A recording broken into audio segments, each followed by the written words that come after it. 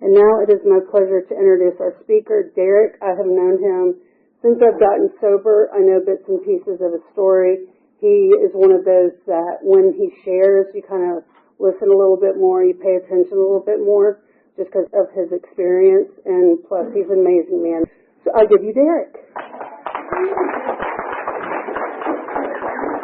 I'm Derek. I'm an alcoholic.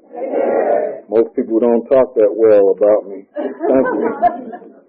Yeah, I've been knowing Kat for quite a while since she got, and we both share the same home group. I got sober December the 8th, 1979. It was a hell of an eye-opener for me. But first I want to tell you guys, I've been having some dark days here lately, so I kind of want to get that out the way because I'm a little nervous about it. And I know if it comes up a little bit later on, I may lose my composure. I celebrate my birthday in December, so I got sober in Los Angeles. So every year I go out to LA to celebrate my anniversary. This year was no different. But what was different, when I got back, I came back on December the 11th, and as I was leaving the airport, my attorney called me. And she told me that all your partners got arrested today, and they're looking for you. And I said, oh, shit, that wasn't good news. I had to call my sponsor. Because a lot of things jumped off. You know, fear, my anxiety level went way up. My concern about my freedom kicked in. And it's not because I've never been to jail. I've been to jail many times, but not in a long time. So, you know, I went to Florida. This is in Florida. I lived down there part-time. So I went to Florida, turned myself in. Now, that's not normal behavior for me, to turn myself in to the police. I can't remember a time that I was wanted for something that I did go and turn myself in. I always ran. You know, I never faced the problem. So I did. You know, I went down there, you know, turned myself in. I stayed in jail for about a week. I went in on a Sunday and I got out on a Sunday. And I got out Sunday night, about midnight. My partner that picked me up, he said, man, you need to call your brother. So I said, okay, well, you know, I'll call him, you know. So I called my brother and he said, hey, man, Mom died. That was devastating. Not just that she had died, but I wasn't there. You know, I was locked up. You know, my mom meant everything to me. She was 95 years old. So now I got some guilt running rampant, trying to take on some responsibility as though me being in jail had something to do with her dying. You know? And it's amazing how my brain will go different places even though I've been, you know, sober as long as I have. You know, it went there. I hadn't thought about taking a drink in a long time, but that was one of them times. You know, because I really felt it. And I still do. I miss my mom. I'm trying not to get misty on you guys. Moving forward, about 3 weeks ago, my brother called me and said, man, our sister died. I got a baby sister. Well, I had a baby sister. She's 6 years younger than me. And man, see, I started thinking about not the good things, but the times I hadn't been there for my mom or for my sister. Once again, you know, I had to make that phone call. So it's been kind of dark here the last few months. So I guess it's probably good that Kat called me and asked me to do this so I could get it out there. See, I never disclosed it at a meeting yet, you know, because I didn't want y'all to think ill of me.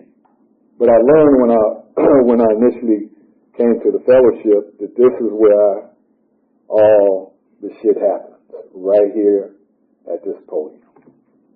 And it's what I do with the shit that I'm holding on to that is going to determine whether I stay here or not. So, now that I said all that, we'll get past that part. I was in jail. This was 1976. I've been in there for a couple of years. When they released me, I know none of you probably been to jail, but you have to go see your parole officer.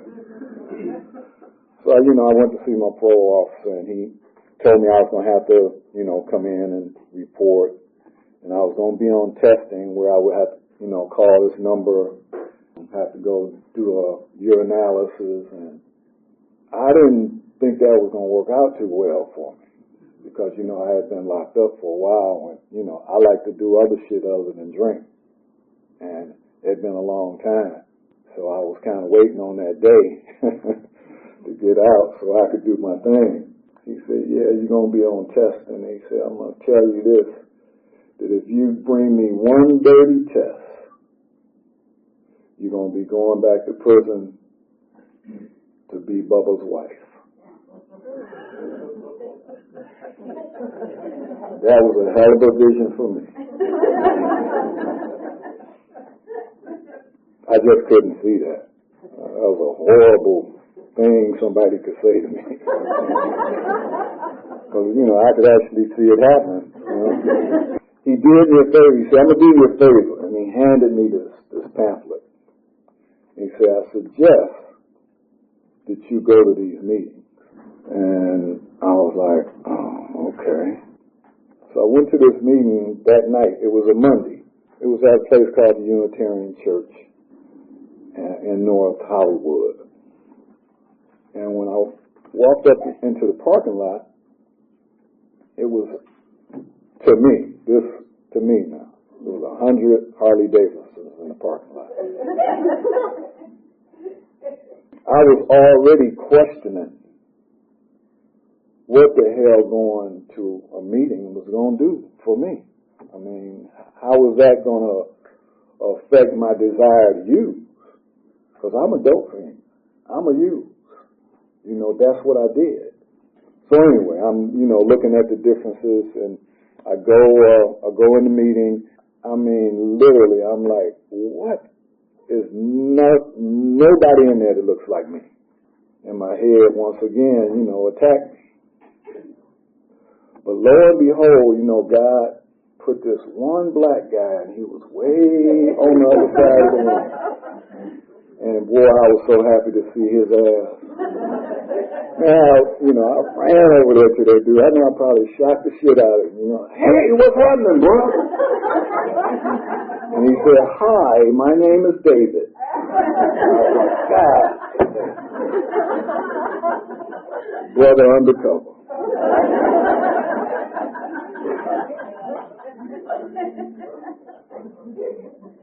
David ended up being a good friend of mine. He's still sober today. That's the good news. Bad news is I couldn't stay. I had to go do some more research. And consequently, during that research period, I was calling that number, and guess what? My number came up. Here I go. I ain't going to turn myself in. Ain't no need me going and seeing them because I'm going to jail. So I went on the run. I had met this guy while I was going to meetings. His name was Bill Hayward. Me and Bill, we used to talk quite a bit. I never asked him to be my sponsor, but I kind of was trying to slide up under him undercover, and eventually get up enough nuts, to ask him. So I told Bill what was going on. He said, look, man, why don't you go over to this treatment center? I got a partner of mine over there that will help you. And I said, man, they're going to make me turn myself in. And he said, no, not right away. But they'll help you out. I was like, what the hell? So December the 7th, 1979, I went to that treatment center. And that's why my sobriety date is December the 8th. But I went in there, and the first day I was there, they were having this big group meeting. It was 39 guys in this treatment center. The counsel was telling everybody, some things about the program. And he was saying, he said, look, it's 39 of you guys that are in here. Out of the 39 guys that are in here, only 3 of you guys are going to complete this program. I was like, what the hell? And he said, out of two of you guys only going to stay sober 5 years. And only one of you guys is going to stay sober 10. And that mother was looking straight at me. And I got a resentment. You know, he like telling me I ain't going to be the one. So I stayed there for a long time on a resentment. Saying, you know, I'm going to show his ass. Shit, I'm going to be the one. I stayed in that program for 13 months. There were 3 of us that completed the program. When I celebrated 5 years, only one of the other guys showed up. When I celebrated 10, I was the only one there. I guess what he was saying meant something. The statistics of us alcoholics surviving without a drink is slim. But when I look around this room and I see how many people are here, and many other rooms that I've been to, it lets me know that it's still working. You know, sometimes I can't see it's working in me or gauging it by what I see my progress might be. But when I go to meetings, something kind of reverses that mindset that I have.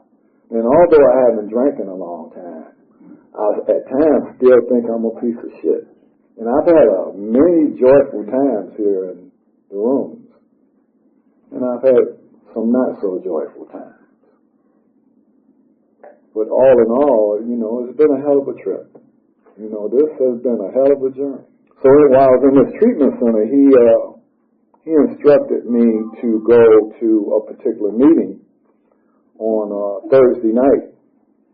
And on Thursday night, there was an NA meeting that all the guys, we all caught the bus to this NA meeting. But I said, Frank, we go. And he said, no, you're not going over there. You're going where I told you to go. And I was like, oh, shit. So I was walking over to the meeting, and the meeting is at the Federal Building. And I was like, oh, shit. I ain't got no business in no Federal Building. You know, we don't see eye to eye. And the name of the group was Clancy's Clan. I was like, oh, shit. Now, I know this is a bad decision here. I see some of y'all know Clancy's Clan. It's the biggest AA meeting in Los Angeles. 200-300 people strong every Thursday. So, you know, I get over there to the Federal Building, and, you know, because I'm walking, and it's, you know, a good 20-minute walk or so from where the treatment center was, my mind had an adequate amount of time to catch up with me and tell me all the reasons that this ain't gonna work. And I walked in there, and it seemed like a sea of people. I mean, I couldn't see faces, but I could see all these guys and ladies, and those of you that maybe know something about Clancy's Clan, they dress up. You know, all the men wear suits and sport coats, no facial hair, and all the women had on nice, pretty dresses.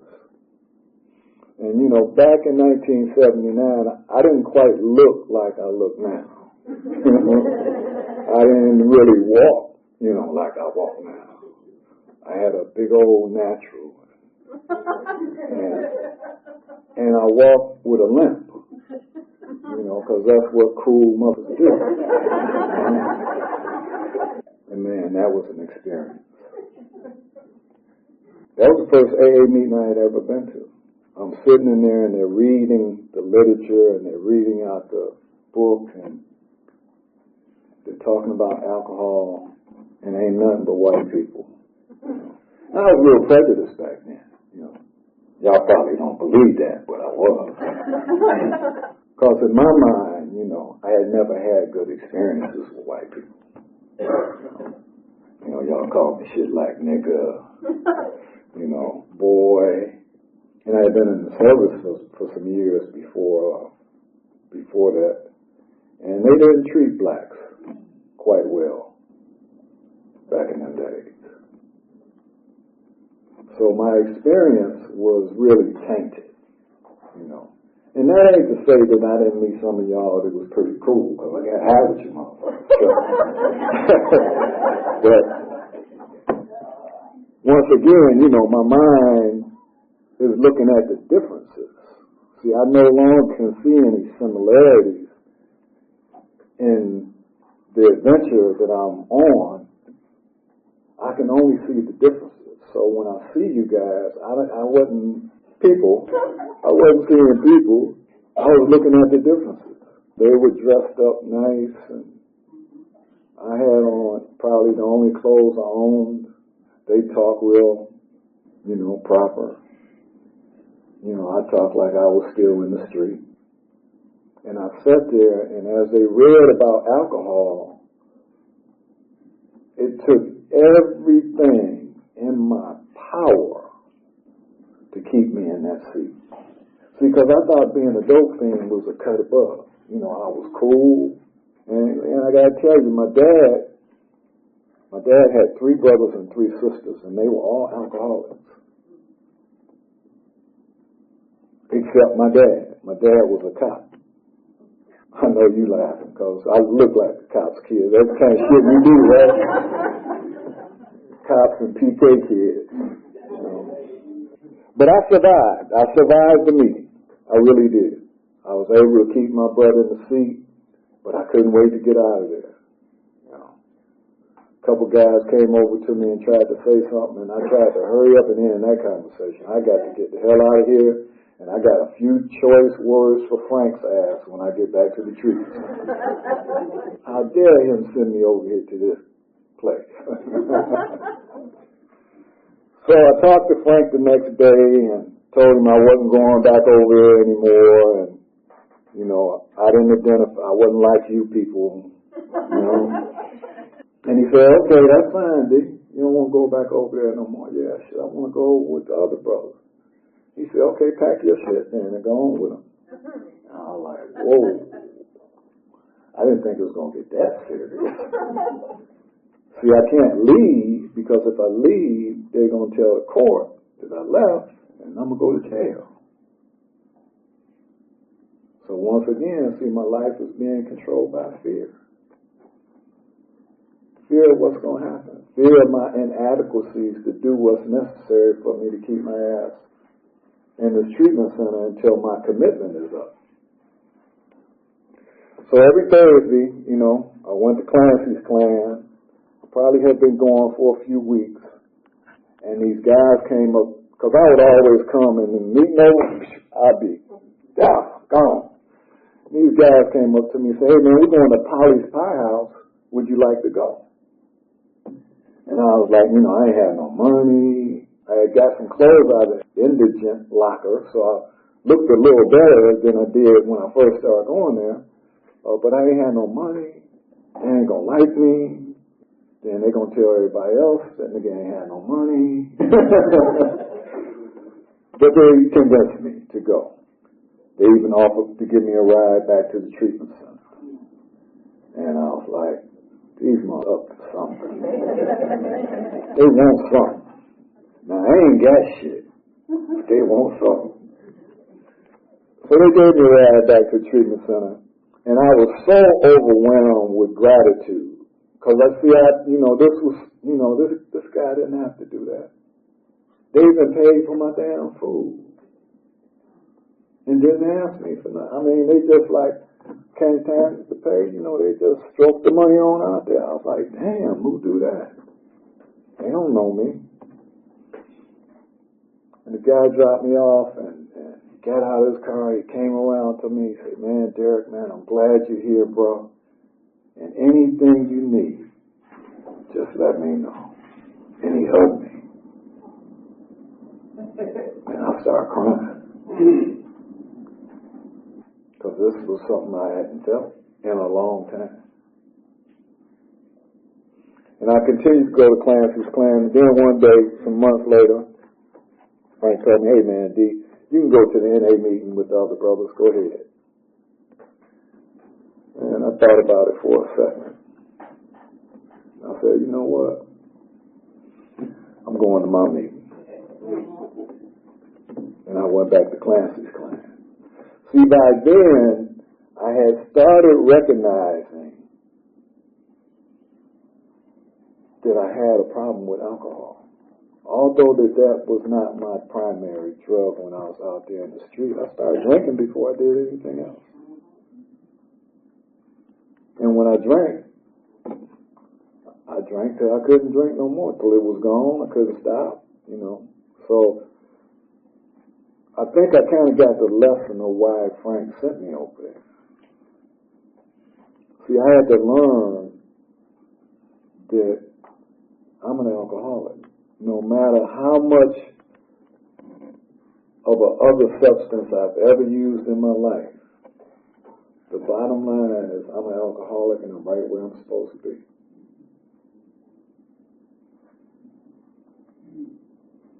So when I go home, I always still call LA home, although I haven't lived there in over 30 years. I go over there to Clancy's Clan. You know, and it didn't hurt that there was this pretty girl at the meeting. You know, that helped too, this chick named Patricia. That kind of helped me stick around. It's a program of attraction, right?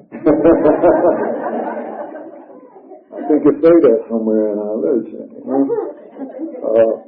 So anyway, I'm going to share this experience with you guys in hopes that it will kind of give you a little insight after I think I had been in there for about 9 months.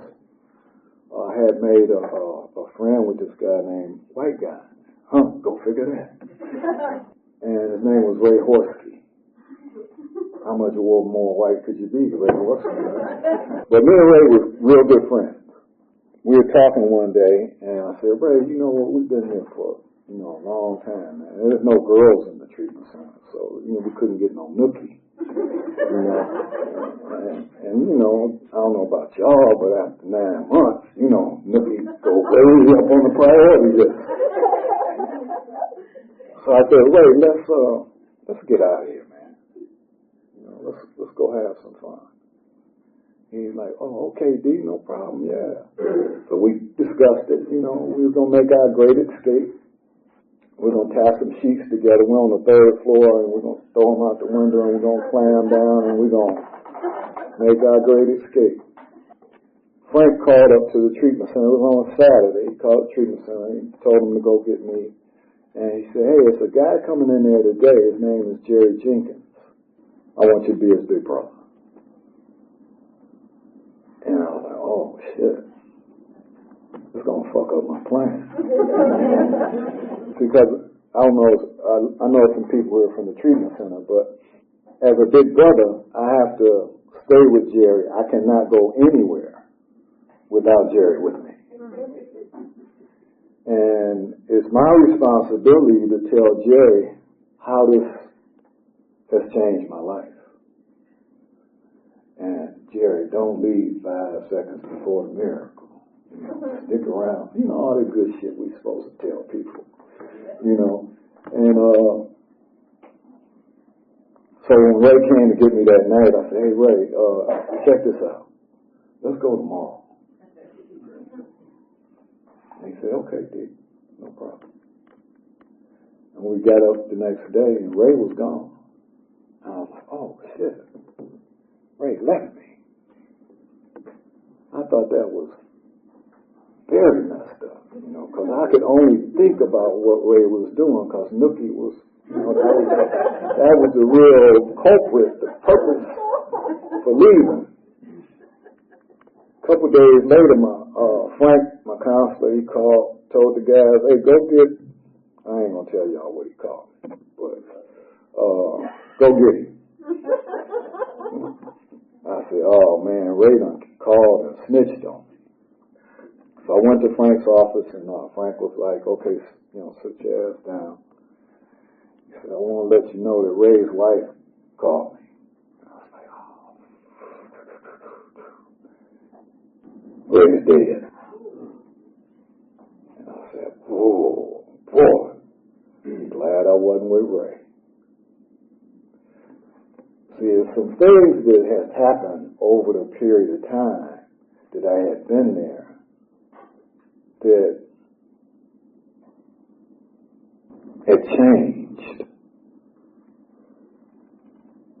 One of those things was that my desire to use or drink was not like it was when I first got there. See, I thought about that shit every day. For months. You know, I thought like a lot of y'all probably thinking now, shoot, I'm gonna get my weight on, get looking a little better, and off to the races. My friend Ray. God doing for me what I couldn't do for myself. Because see, I was supposed to be with Ray. We was going to make our great escape from a treatment center. Do they lock y'all in there? I don't think the doors are locked, are they? Can you leave anytime you want to? Dope thing thinking, make my escape. Now, I don't know where that came from. To really, truly escape from a treatment center. But that's my twisted mind. I was walking down the hall one day. Once again, here go Frank. Bring your ass here, man. Come here. I said, what's going on? He said, what you still doing there? I was like, what the heck he talking about? He said, yeah, what you still doing here? And we call each other nigga. Y'all can't do it, though. I'm going to let y'all know that now. But anyway, Frank says, he asked me, what you still doing here? I said, I don't know, what am I supposed to be doing, Frank? He said, well, your court commitment to be here was up 2 months ago. I just knew your ass be gone. And I was like, wow. I had stopped counting. I didn't want to leave no more. I was okay with being there. That was the first time I realized that something had changed in me. And that's what this program has done. It changed me not from the outside in, but from the inside out. I completed that program. I did my first 4 steps in there. I wrote an inventory. I'm going to tell you about Bill. I asked Bill to be my sponsor while I was in there. And Bill had told me when we first met that when he came to the fellowship, he was illiterate. He couldn't read or write. So I figured that'd be a good person to be my sponsor. Because if I'm going to tell some shit and write it down, it's best that he not be able to read it. So, when it came time for me to share my inventory with Bill, I went over his house, and I had all this, this stuff I had wrote down and everything, and popped it out. I said, so you want me to read it to you? He said, no, let me see it. So he took it. And he started looking at it. And he laughed about something. And he read something else, and he laughed about it. I'm like, whoa, what's going on? See, Bill didn't tell me that he had went to school since he had been in the fellowship. And he could read and write. Right? Ain't no way in hell I'd have wrote all that shit in there if I'd have known Bill could read. Because, some of y'all done the inventory, right? A couple of y'all? You know, that's, you know what you do with that. You know, you're supposed to, don't leave nothing out. Tell all. And one more time, I realized God was doing for me what I couldn't do for myself. Because I didn't leave anything out. Because Bill couldn't read. And my plan was when I read it to him, just to skip over some shit. It didn't say, when I did my fifth, that, I had to tell everything, because I had already told it in the fourth. The miraculous thing about this program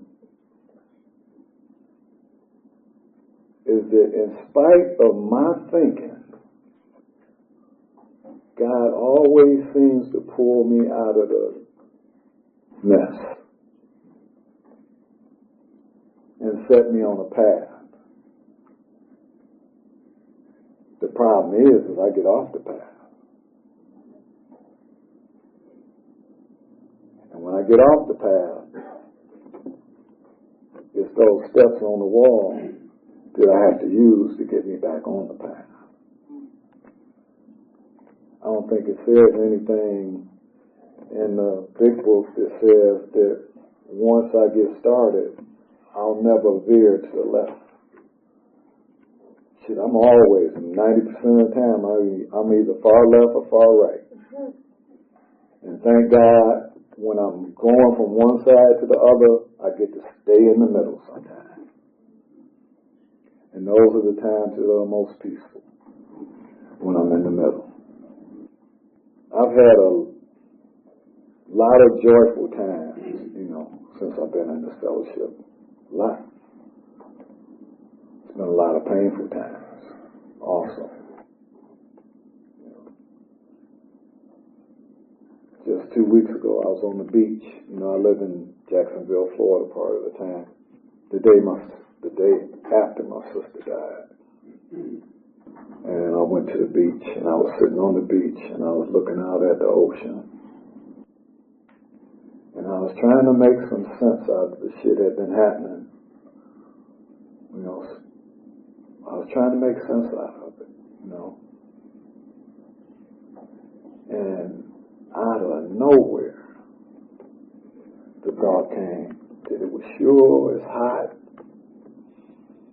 I'm in my feelings. And the feelings aren't good. This would be a nice time to take a drink. I want to tell you, it took a lot.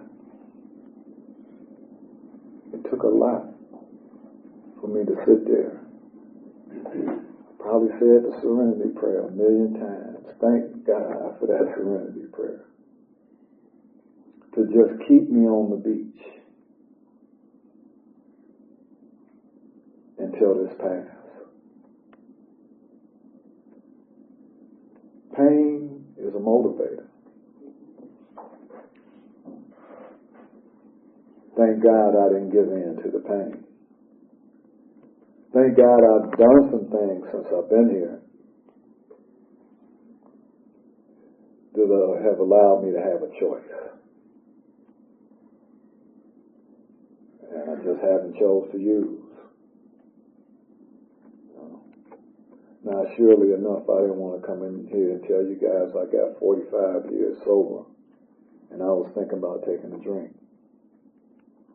And that is literally the first time that thought has ever come to me. And I've had some other issues where I could have, or I was in enough pain that a drink could be optional.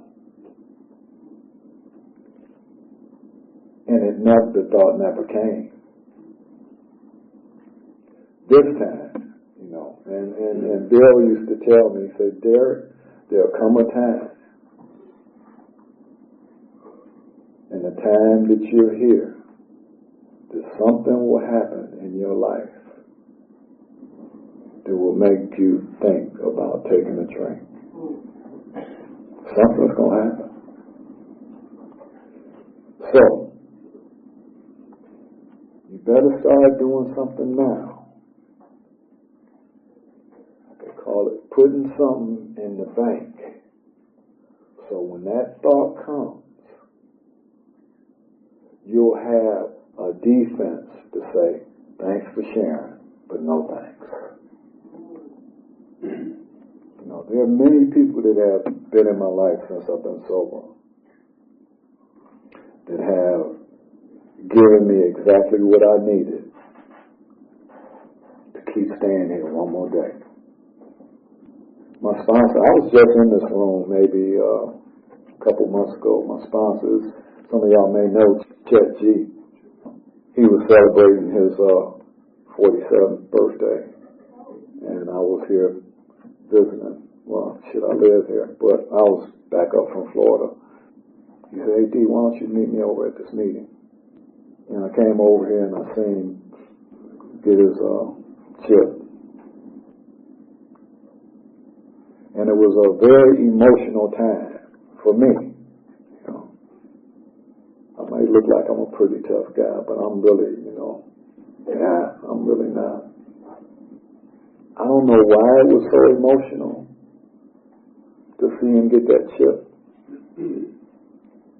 I think it was because I knew he cared enough about me. And he knew what I had been going through. And he wanted to give me some hope.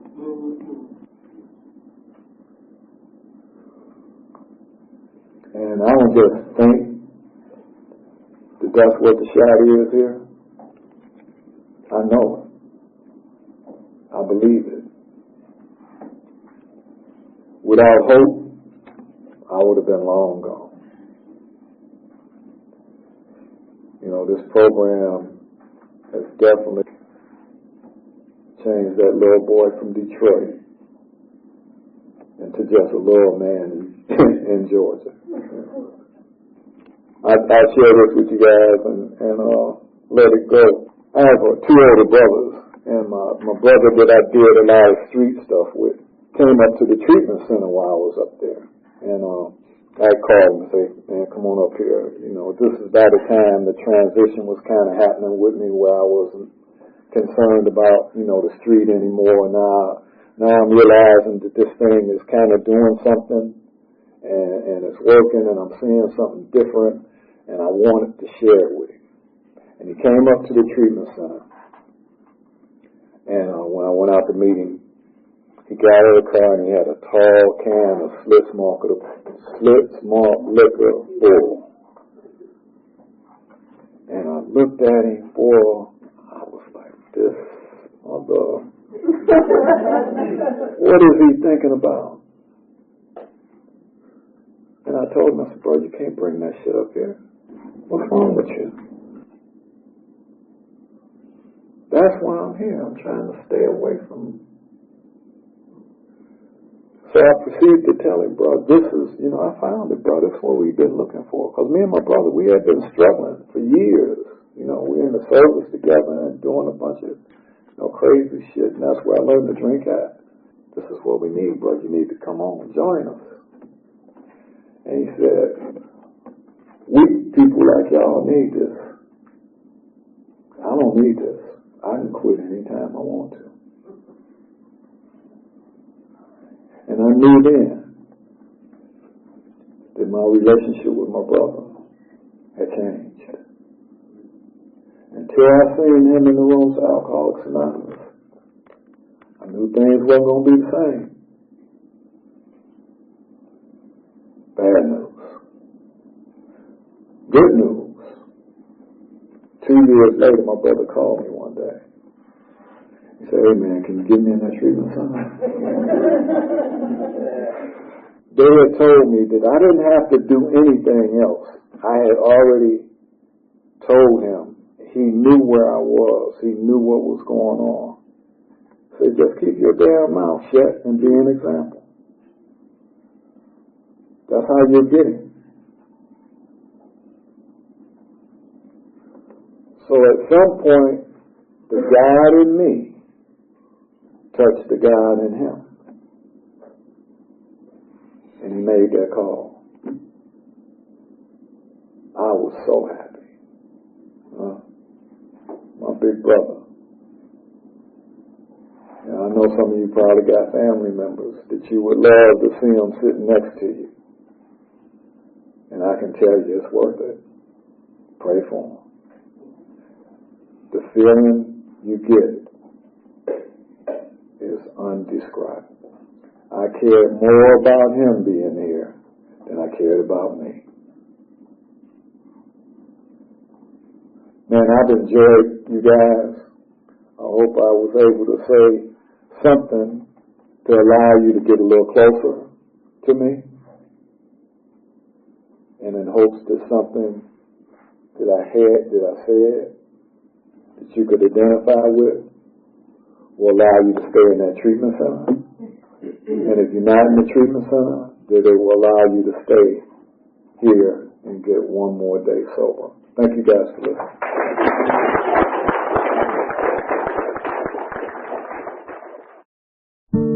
First I slept and then I crept to a hope-filled dream. You rescued me and finally waking there I see. I look into love's window for a soul that's meant for me. Takes me where the promises are real.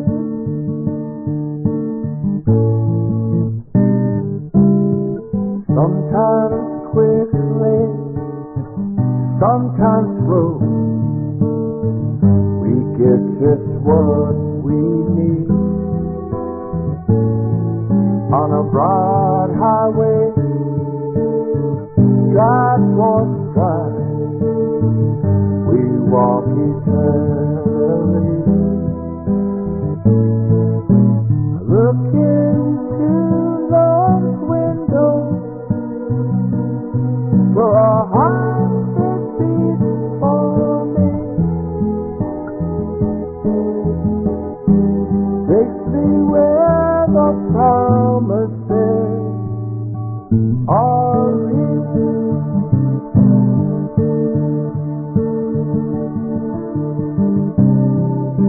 And I always long for something that sets me free. And I'd love to a world in harmony. Below there's a vision that one day would appear to me. Take me where the promise